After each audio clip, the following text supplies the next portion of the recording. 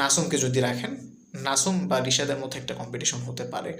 দুজনই একই ক্যালিবারের প্লেয়ার, আসলে দুজনের ক্ষেত্রে একটা প্লাস পয়েন্ট হচ্ছে দুজনই ব্যাট ঘোরাতে পারেন। এক্ষেত্রে রিশাদ একটু অ্যাডভান্টেজ পাবেন, কিছু ম্যাচে তিনি বিগ হিট করেছেন, বিশেষ করে শ্রীলঙ্কার এগেনস্টে, হাসানাঙ্গার এগেনস্টে কিছু বড় ছয়, বা শ্রীলঙ্কার এগেনস্টে তার একটা 50ও আছে T20-তে, ঘরের মাটিতে, আমাদের দেশে। তো নাসুম হয়তো সেভাবে মেলে ধরতে পারেননি, তবে নাসুমও হিট করতে পারেন, একেবারে যে পারেন এরকম না। তো রিশাদ বা নাসুম থেকে হয়তো একজনকে নামানো হবে, একজনকে হয়তো বসতে হতে পারে, বাট এই ক্ষেত্রে শেখ মাহিদির স্পটটা মনে হয় না আমি দেখতে পাচ্ছি খুব একটা।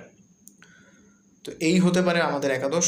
আপনার কি মনে হয় কী ধরনের একাদশ হতে পারে সেটা অবশ্যই কমেন্টে জানাবেন।